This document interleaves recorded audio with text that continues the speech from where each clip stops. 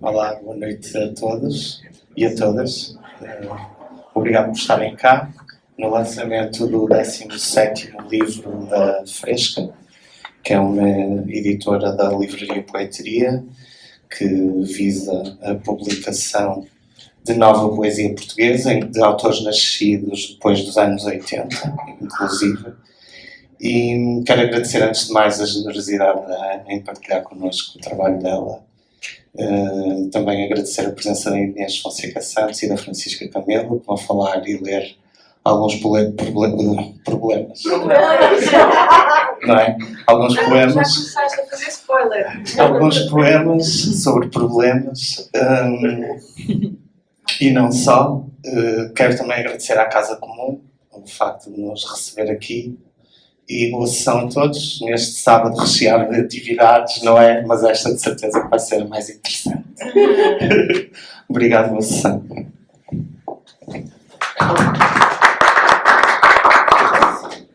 Bom, eu vou precisar aqui deste papel, porque eu tenho esta coisa de não só ser detalhista com as palavras, mas também detalhista com o pensamento. E como sou em parte indisciplinada, para não dizer caótica, não queria esquecer assim de coisas importantes. Bom, o mais importante dessas coisas é estar aqui entre amigas e amigos no Porto, onde há mais de 5 eventos a acontecer a esta hora. E por isso obrigada a todas as pessoas que vieram até aqui. E primeiro de tudo queria agradecer aqui à nossa Inês, por tudo, na verdade, pela revisão do livro, pela amizade, pela poesia, por muitas outras coisas que nós não podemos dizer nesta apresentação, que se quer séria, mas um super obrigada à Inês e um super obrigada à Francisca, também pela amizade, pela poesia, por este aparelho de sentir gigante que tens e foram muito importantes também nesta criação deste livro. E um super obrigada à Fresca por ter feito, no princípio deste ano, em fevereiro, o convite de fazermos qualquer coisa juntos, e mal eu pensava que nesse mesmo tempo iria ter aquilo que eu posso chamar hoje em dia uma espécie de experiências limite que me levaram a fazer este livro de alguma forma, de poemas já continuados, de poemas novos, e por fundo essa experiência culminou aqui. Aqueles momentos em que esbarramos no rochedo, não é? Um barco naufraga e já se sabe, a vingança do artista é criar. E assim mesmo quase impossível falar de como é que acontece um livro, não é? Talvez tenham sido dessas brechas, dessas fendas, desses buracos, de onde o simbólico explode, que nasceu o Guarda Noturno, quase como uma espécie de tentativa de pensar, criticar, destruir, talvez reconstruir, agora que já solto, um conjunto de ilusões pessoais, ficções sociais, pensar aquilo a que Nietzsche, e eu na altura não dialogava com Nietzsche ferozmente como estou a dialogar agora, mas talvez aquilo que Nietzsche pudesse chamar de valores ocidentais de rebanho, não é? O que é isto da família, o que é que herdamos, os mais de 2000 anos de cristianismo, a religião, as promessas do amor romântico, o casamento, a casa, no fundo, as suas hipocrisias, desgraças e fracassos. E não posso também deixar de dizer que, apesar de tão bem acompanhada, tenho um certo desconforto, não é? De alguma forma, por estar a tentar fazer esta pouca vergonha, dizer qualquer coisa sobre algo que eu escrevi, talvez porque é desonesto e imparcial, mas curiosamente a Tatiana Faia dizia-nos há alguns dias, talvez só uma pessoa o fizesse em boa consciência, não é? Mas eu acredito que também este exercício de nós tentarmos falar sobre a nossa própria criação, apesar de perverso, pornográfico, pudorento, vaidoso, mentiroso, pode ser também uma forma de desdobramento, não é? Quase coletivo, para pensarmos naquilo que nos procura, não é? Aquilo que nós fazemos com o que nos procura enquanto autores e humanos, e um exercício de questionamento e dúvida, não é? Essa fiel companheira contra o definitivo. E por isso, longe de uma definição finita, tentarei dizer-vos algumas coisas sobre o Guarda Noturno e dar-vos a mão em algum dos caminhos que fiz. Depois espero que os possam fazer mais tarde sozinhos e dialogarmos até sobre isso. O que encontramos neste livro é, acima de tudo, um corpo. Um corpo que observa e sente o próprio corpo, um corpo que se repete, um corpo que tenta matar esses outros corpos que trazemos e perseguir um corpo novo. mas parece que não consegue. Porque alguém precisa de fazer o trabalho sujo, citando o Roger Wolf. Este corpo olha-se ao espelho, acha-se estranho, tenta não ser corpo, aguarda pela transparência e renovação das células. Não consegue ser espectador do festival que observa. Talvez pelo absurdo da existência. Nietzsche poderia chamar este corpo nihilista, doente, cadente, porque percebe que o mundo não tem sentido. O nihilismo considerado o pior inimigo do contemporâneo, esse desejo de nada, essa incorporação de um desalento vital como se a única coisa que restasse fosse ir sobrevivendo. E no livro é um corpo e são corpos que adoecem, arrefecem, perdem, entediam-se, envelhecem, enfraquecem. Não escapam ao alcance do tempo, à opção do tempo pela escavação do corpo. Corpos que se sabem inúteis perante as estações. Um corpo com pele, com hálito de osso, com crostas sem membrana, de pele impiedosa que devora o corpo. Prova o sangue entre as unhas, está entregue ao frio, à fome como às gengivas, às rugas como navalhas, às dores nas costas e uma medula já lisa de tanto ter ido contra as rochas. Uma cinta que se pôs num corpo acabado de parir. E este corpo levanta ao longo do livro um conjunto de problemas que são, na verdade, problemas filosóficos, psicanalíticos, políticos, porque refletem a nossa existência. Procura conhecer os mesmos problemas continuamente questionados há milhares de anos. E nesta época, após uma pandemia, em guerra, observamos os nossos e os outros corpos, um conglomerado de forças em contágio, corpos como estruturas sociais diante de uma vida aparentemente sem sentido. Impossível não pormos em causa aquilo que chamamos de consolos ou valores morais, ideais burgueses, heranças pessoais. O pano de fundo é assim o desamparo e o sentimento de abandono como condição da espécie. Freud falou-nos desta condição de desamparo como condição da espécie e desse mal-estar na civilização. De facto, nascemos num mundo em que antes de nós já ele era simbólico, criamos a linguagem, damos nomes, erguemos instituições, perpetuamos retratos de família, tentamos a socialização, jogos de poder, mitos gregários, uma espécie de proteção e remédio contra a exposição ao terrível mistério das coisas, talvez como um modo de saber lidar com elas. Mas tudo falha, e é com o fracasso que precisamos saber viver. E esse mistério terrível das coisas, essa verdade que procuramos, quer por uma perspectiva socrática, às vezes racionalista ou teórica, outras vezes otimista, metafísica, é uma espécie de justificação racional do mundo. Essa verdade pode ser uma ilusão que serve à necessidade de sentido. E o modo como tento escrever, e o que aconteceu também no Guarda Noturno, é essa possibilidade de dar sentido a partir do corpo, sobre o corpo e no contacto com outros corpos. Talvez o corpo como um guia, o fundamento de toda a vida moral, intelectual e artística. Haroldo Campos diz-nos que o corpo é pensador, como se uma rede de relações entre pontos de uma constelação de instintos, a pedra lançada na água criando círculos concêntricos. Mas o que é que significa isto de habitar um corpo? Esse campo imenso, esse contínuo, esse pedaço do espaço, pedaço do tempo, do caos que se forma, que se deforma. E se abríssemos os corpos, retomamos a pergunta de Agnes Varda no último capítulo, como seriam as paisagens? Dos corpos de tantos e de poetas, Pessoa, Pasolini, Ana Cristina César, Alfonsina. Pensar o corpo pode levar-nos assim à notável pergunta de Spinoza: o que pode o corpo? E agora, tal como o desamparo do corpo pode ser uma das condições da espécie, também a ilusão ou uma sempre renovada capacidade de ilusão e força, de sonho e repetição das histórias, permite-nos, através e além do corpo, reescrever e simbolizar de novo. Alargar o corpo como um modo de encontrar outras respostas emocionais alternativas aos nossos padrões iniciais. E a partir deste oxímoron, esta loucura lúcida no corpo, ou esta ilusão consciente, depois dos obstáculos, a possibilidade de superação. Superar a ação que só podemos fazer enquanto criadores. Nietzsche precisou de matar Deus para nascer um novo humano, um novo infinito, um para além do homem. Mas matar Deus não significa matar o divino ou o espanto. Assim, a vontade de superar um afeto no corpo é, em última instância, também a vontade de outro ou vários outros afetos. É preciso mudar de pele e asas, diz-nos Ícaro.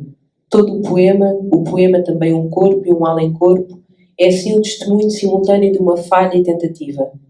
Infinita a tentativa de tolerar um sentido, a multiplicidade de forças ou vontades. Vontade de nada, diria o nihilista, vontade de potência, pé do corpo. O perigo é sempre o pessimismo de Silene. melhor seria era não ter nascido, melhor seria morrer rapidamente. Mas nascido da fome e da dor, perseguido e dilacerado, conhecendo o fim, o corpo pode renascer invertendo e permitindo, mesmo por instantes, uma liberação da negatividade do cotidiano. Uma tentativa teimosa de nova história, um novo espanto. Por isso, o trágico e o cómico que acompanham o guarda noturno proporcionam a possibilidade de experimentar esse terror e abismo e voltar para o dia-a-dia, agora já não só com uma visão pessimista, mas com os afetos que se libertaram e conseguem ter uma história. Transformar o estado de náusea, de horror, do absurdo, que pode ser vivenciado já não só como absurdo, mas como cómico, irónico, crítico, trágico. E é isso que tentamos fazer sempre com a arte, com o modo de se poder ver o corpo à distância, a arte de se pôr em cena frente a si mesmo, com uma máscara que permite o ator falar, o espectador sentir e pensar, e em simultâneo com uma outra arte convocada de que alguém se torna aquilo que é, a fórmula máxima da afirmação total de existência. Apesar dos fios incómodos, um ponto fixo sonda ainda a eternidade, lemos no poema. Nessa eterna marcha lenta em direção a nós mesmos, com a paciência de percorrermos as veredas, construímos e destruímos a nossa própria escultura. Como nos disse Zaratustra, o corpo é uma grande razão, uma multiplicidade com um único sentido, uma guerra e uma paz, um rebanho e um pastor. E só ele pode autossuperar-se, nele se encontra o princípio de toda a hierarquia. Ninguém suportaria viver totalmente esfolado, ou sem pele, ou sem corpo. E é por isso o corpo da guarda noturna. Maravilha.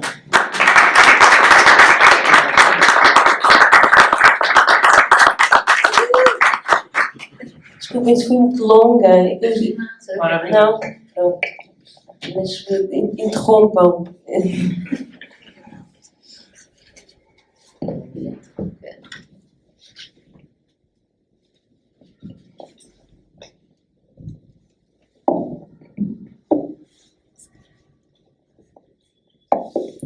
Mitos. Ofereço-te os extremos dos meus cotovelos, os lobos, os ratos, os anjos da história, as contas lavadas por teres medo do comboio em cinzas. Ofereço-te as joias de Delfos, os gritos das varandas, danças e bilhetes patéticos. Fica com o protocolo, a épica tecnologia, a bossa nova, os fios dos labirintos e os dias dos mortos. Patos, Eros, Filia, Agape não serviram para nada. Nem o trabalho sujo consegues, milénio corpo na árvore de Natal. 2 para lá, 2 para cá. Sabes que poderás renascer, mas não é hoje, reizinho. A medula já lisa de tanto ter ido contra as rochas. Diz-lhes que saltaste cascalhos, infernos, círculos piratas, visões de pirâmides e pasmo. Diz-lhes que aguentaste o sopro breve, o choro aos golpes, ergueste falácias na paisagem, deixaste-te enganar 72 vezes. Porque recebeste um beijo no crânio ao deitar, e apesar dos fios incómodos, um ponto fixo sonda ainda a eternidade. Sou eu a falar agora. Bem, antes de mais, muito obrigada, Ana, pelo convite para estar aqui convosco. É sempre um prazer vir ao Porto e é sempre um prazer poder acompanhar-te nos teus livros. É um privilégio, aliás, obrigada. Eu que escrevo sempre textos, não escrevi um texto porque nós combinámos, foi uma conversa, mas entretanto já fui traída. Mas como a Ana acabou por nos dar aqui muitas pistas de leitura para este guarda noturno, houve assim várias questões sobre as quais eu andei a pensar esta semana, relativamente ao livro, que na verdade também, isto acaba também por ser uma armadilha para mim, porque acompanho o livro desde a sua fase primordial, vi as transformações todas por que passou, fui falando com a Ana, fui tentando partilhar com ela as minhas leituras para ela ir construindo o livro, porque a Ana tem esta capacidade de dialogar enquanto cria e portanto eu precisei de ir lendo várias vezes o livro para chegar até a esta versão final. Então na última semana reli o livro várias vezes e lembrei-me às tantas, à meia da noite, que Tiveste umas noites muito tranquilas. exato, não. E então lembrei-me, apareceu-me o livro em sonhos, essas coisas que atormentam os leitores, não é? Que leem os livros e depois os livros ficam não sei quanto tempo connosco. E lembrei-me, quando eu era miúda e vivia com a minha mãe e com a minha irmã, havia no bairro onde nós morávamos um guarda noturno. E de repente começaram a desaparecer carros na rua, não havia garagens nos prédios, e começaram a desaparecer carros, desapareciam motas também, desapareciam pedaços de motas, tipo o escape da mota de não sei de quem. E o que é que se descobriu? Que o guarda noturno estava feito com um gangue qualquer de ladrões. E, portanto, não guardava nada. Ele guardava, de facto, mas guardava o outro lado, não é?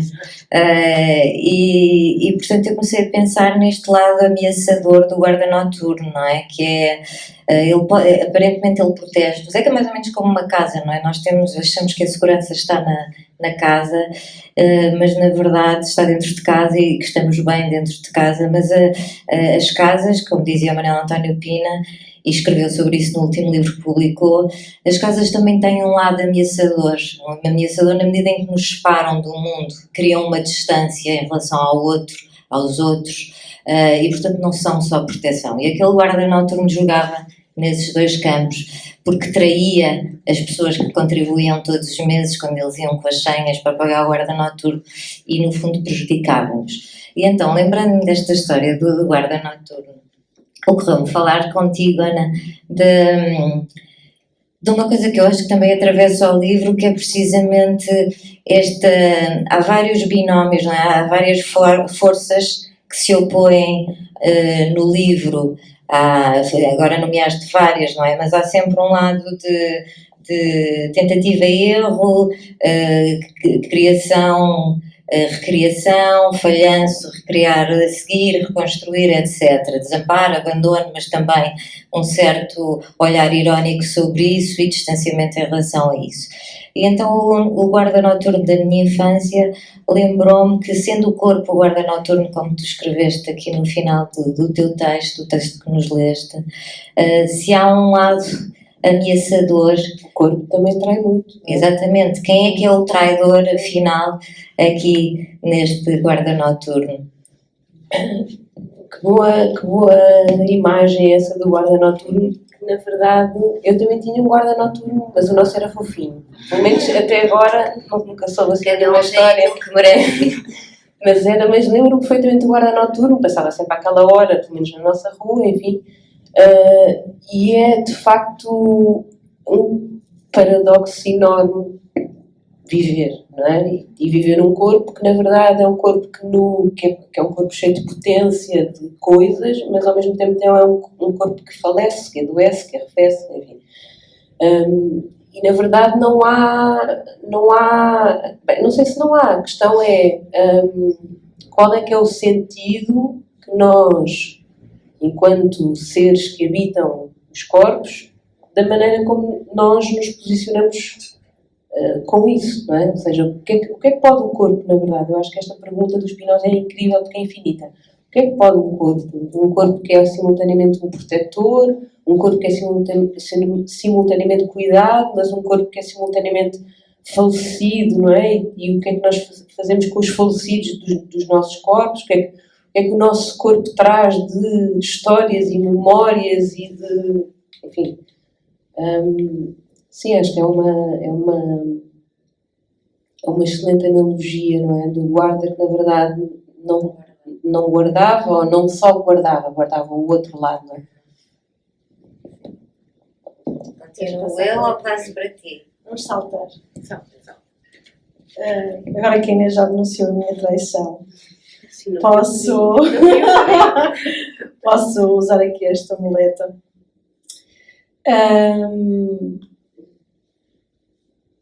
este guarda noturno é cruel, não é? Porque vem das vísceras, não é?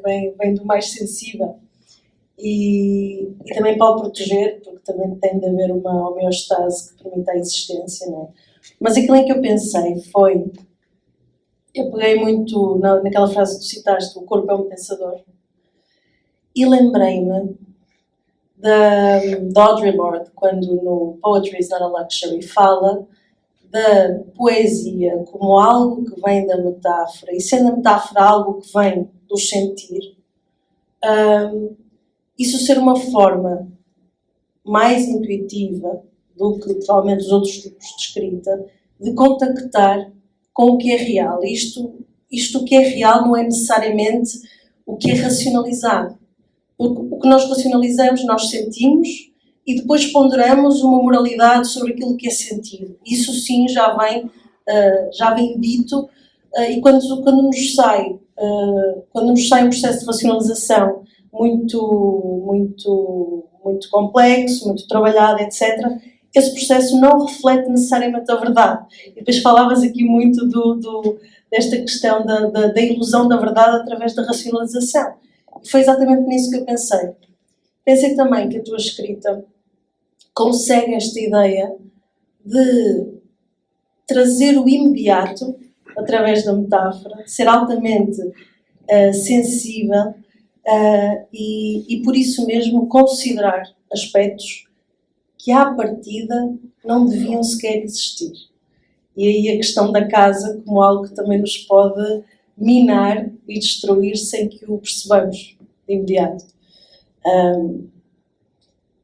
Esta ideia de subversão, não é? De usar o corpo, de usar a leitura imediata do corpo como uma arma subversiva em vez de uma arma submissa. Eu gosto muito desta tua sensibilidade. Há falta de melhor palavra. E é isso. A ideia de que o corpo não engana, não é? Que não enganamos o corpo deixa-se enganar. Não é? Alguns e o corpo de Freud, queres ver o corpo de Freud diz? O corpo de Freud diz exatamente isso que tu acabaste de dizer, que era, ele está aqui, eu acho que sei de cor, na verdade, que é sei pouca coisa de cor, na verdade, mas se a boca não fala, falam as pontas dos dedos. Exatamente. Se a boca se cala, falam as pontas dos dedos. Ou seja, essa questão de que, independentemente, há um lugar de verdade no corpo. E isso é que eu acho que é a parte dura de se viver, não é? Porque, independentemente de nós queiramos, o que é que nós fazemos com isso, há um lugar de verdade, não é? O corpo diz-nos muita coisa, não é? O corpo aquece, de repente, se estamos com alguma infecção, ou seja, a quantidade de sinais que nós... E que na verdade... Aquilo que é o pensamento é só depois um processador, na verdade, daquilo que acontece, vai acontecendo ao longo das questões do corpo, sim.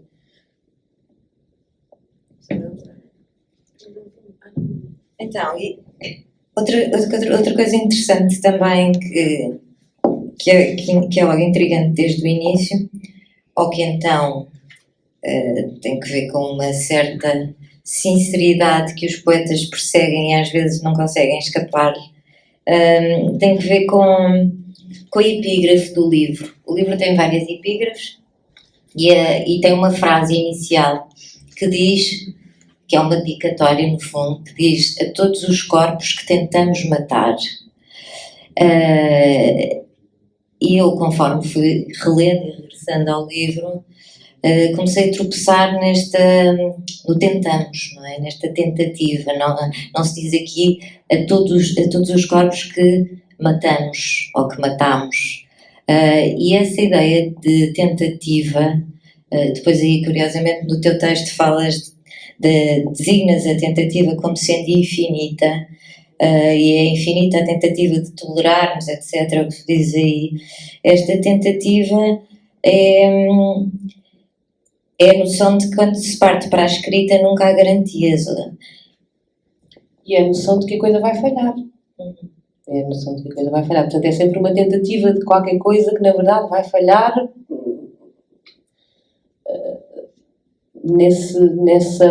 porque não é finito, não é? Ou seja, não é finito. Mesmo que em última instância mates o corpo, aquilo não é uma coisa infinita. Para mim, Mas só... depois, de qualquer maneira, terás de viver com a morte do corpo, não é? Claro, E com a memória do Claro. corpo claro. e com as cicatrizes que Claro, o corpo claro. poderá ter deixado no outro. Que eu acho que só termina...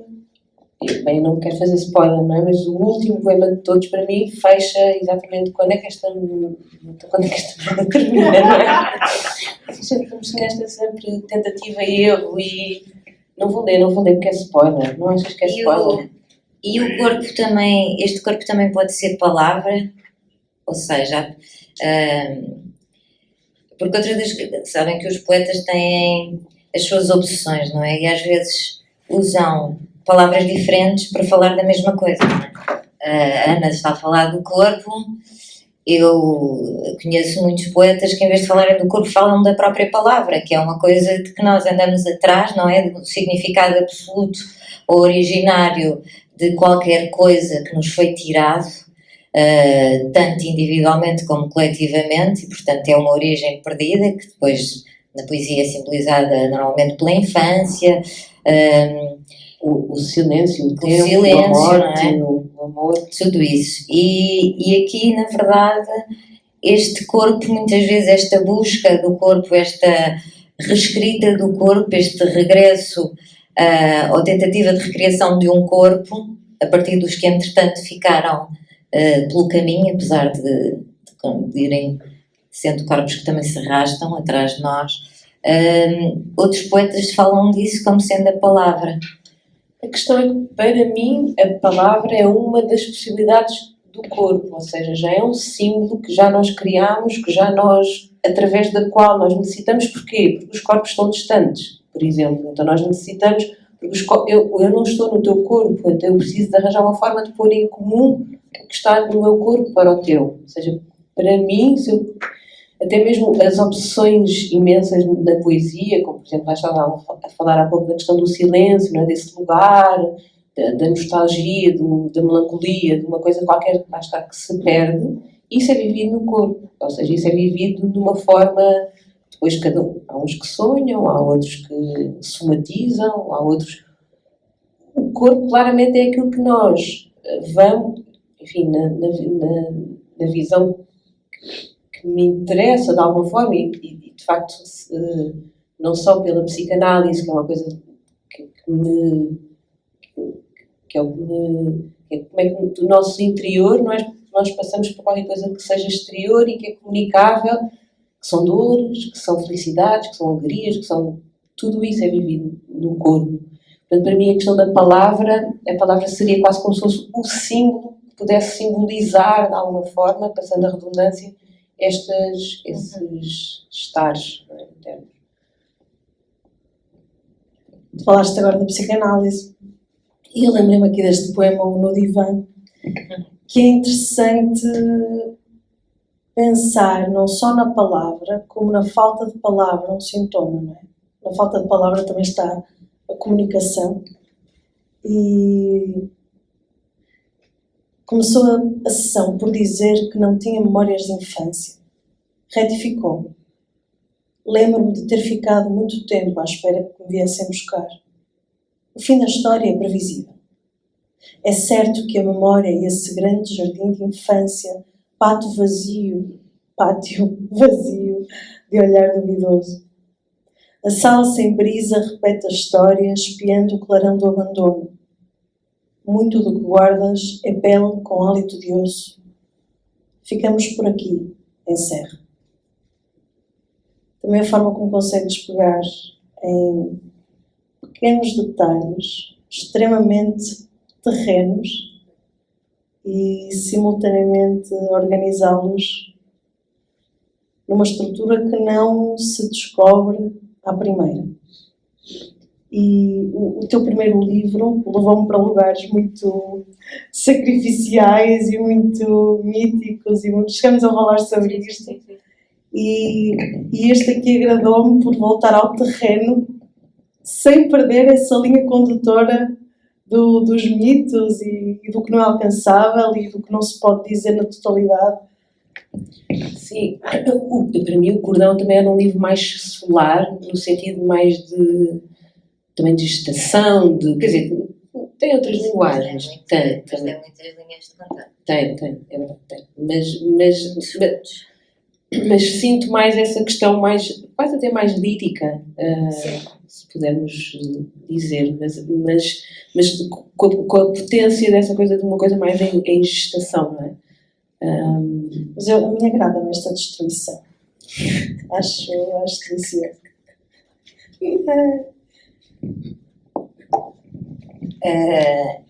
Falaste agora em distribuição, Francisca, e outro dos aspectos que também me andaram a atormentar os sonhos desta semana foi essa ideia Vocês vão de... ficar com medo de ler o livro, achar que vão ficar com pesadelos? Não é verdade, é Ninguém catártico. aqui tem medo de É ler. catártico.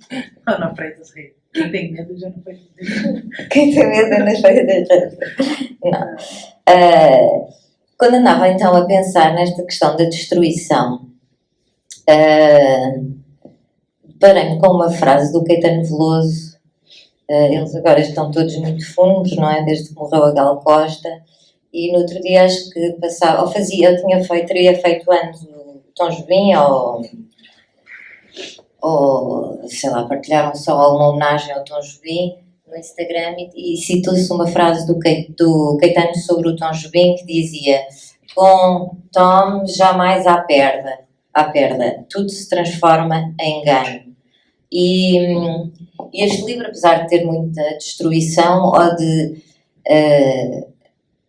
a ter às vezes mais também pela carga das palavras, que lá está, é mais dura do que no Cordão, tem também um lado oposto, um lado de vitalidade, em que aquelas palavras do Caetano assentam também na perfeição: jamais há perda, tudo se transforma em ganho. Portanto, mesmo estes corpos que se tentam matar, mesmo as dores, mesmo o tempo, a erosão do tempo e a erosão do corpo através do tempo, acaba por ser um ganho. E isto também tem que ver com a criação, não é? Com aquilo que a criação e o ato de criar nos permite resgatar através da poesia ou de outra disciplina artística qualquer, algo que anteriormente se destruiu ou se tentou destruir. Sim, na verdade, o simbólico nasce daí, não é? Ou seja, o simbólico nasce dessa possibilidade de...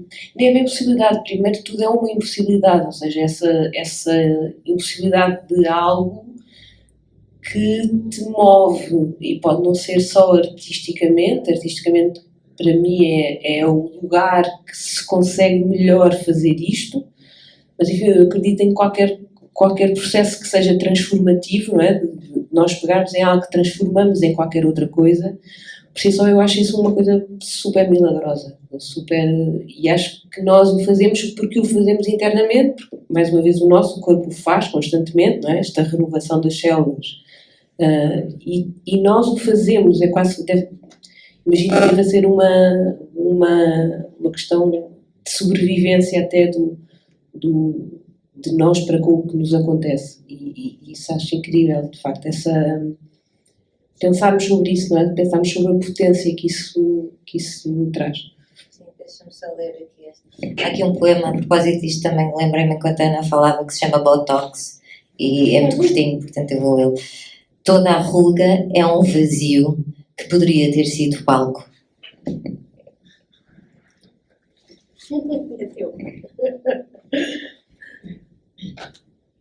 Há pouco estavas a falar da necessidade da destruição e eu estava a pensar no teu livro anterior, estava a pensar neste, e por acaso vem de encontro à linha disto que eu escrevi, que tem que ver com, ao assumir este desamparo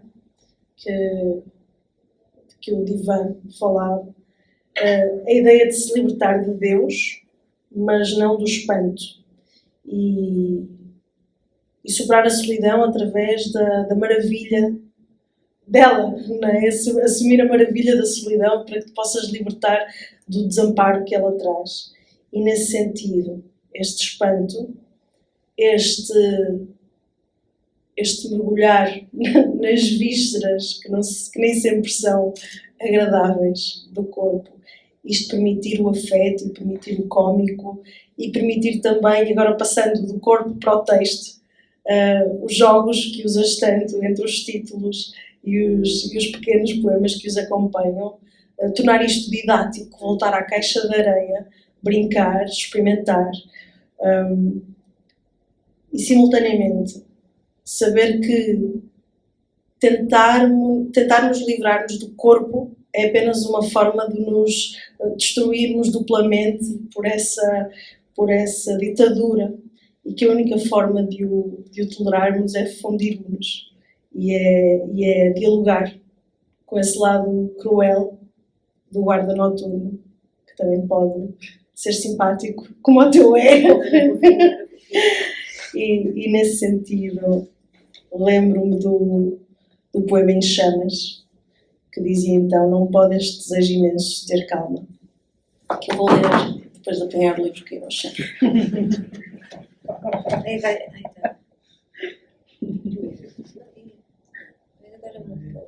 Pode ser? Pode. Em Chamas. A mulher deita-se dentro da cólera. O inferno astral apodrece-lhe o gesto. Tudo a cansa. Não encontrar o isqueiro, não conseguir uivar sozinha, dá-lhe raiva à fonte dos mitos, os panos sujos. Enfeita-se para nada, enquanto escurece a culpa. Não diz rosas, fica velha com rosas. A voz rouca sem elegia repete que não será mais veículo de ninguém. A mulher podia permanecer estátua na casa limpa sem se importar com o pó.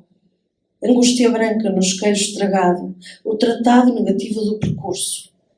Primeiro és amado, depois amas-te e por fim amas.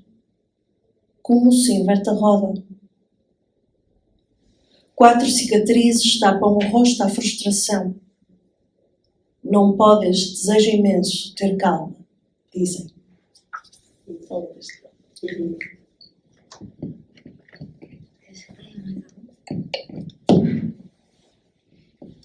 fiquei na dúvida.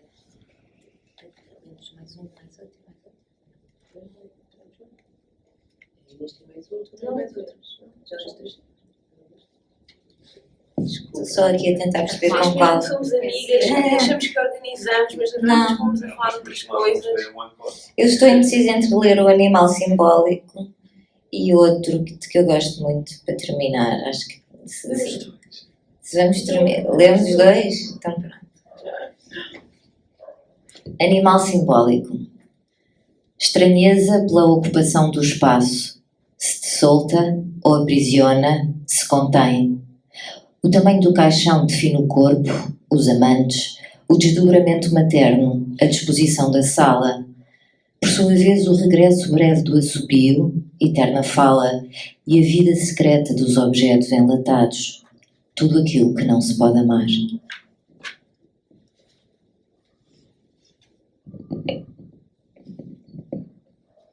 Órfão. Não tenhas filhos, meu amor. Essa coisa da família foi uma antiga construção para não matarmos. A face sem pão, achamos que somos, à luz da culpa, melhores que as mães. A civilização é o esgoto.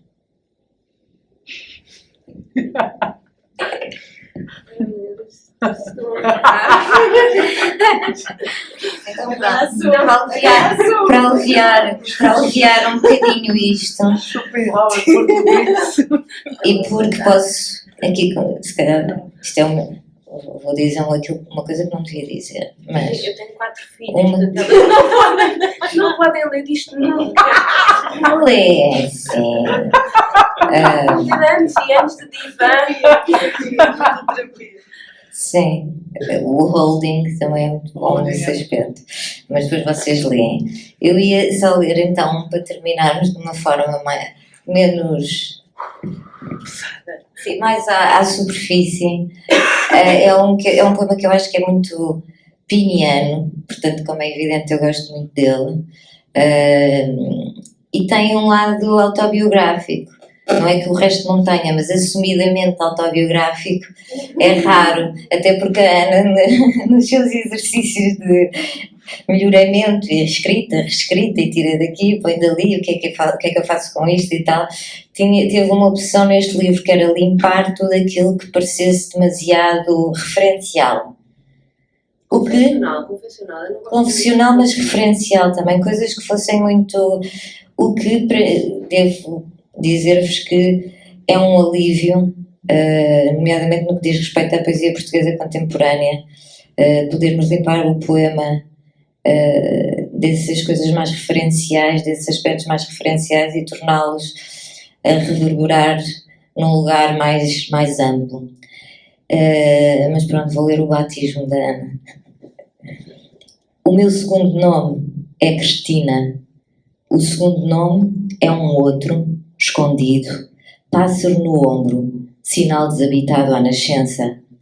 O segundo nome ninguém chama, nem Deus. O segundo nome, minúsculo de todos. Maravilhoso.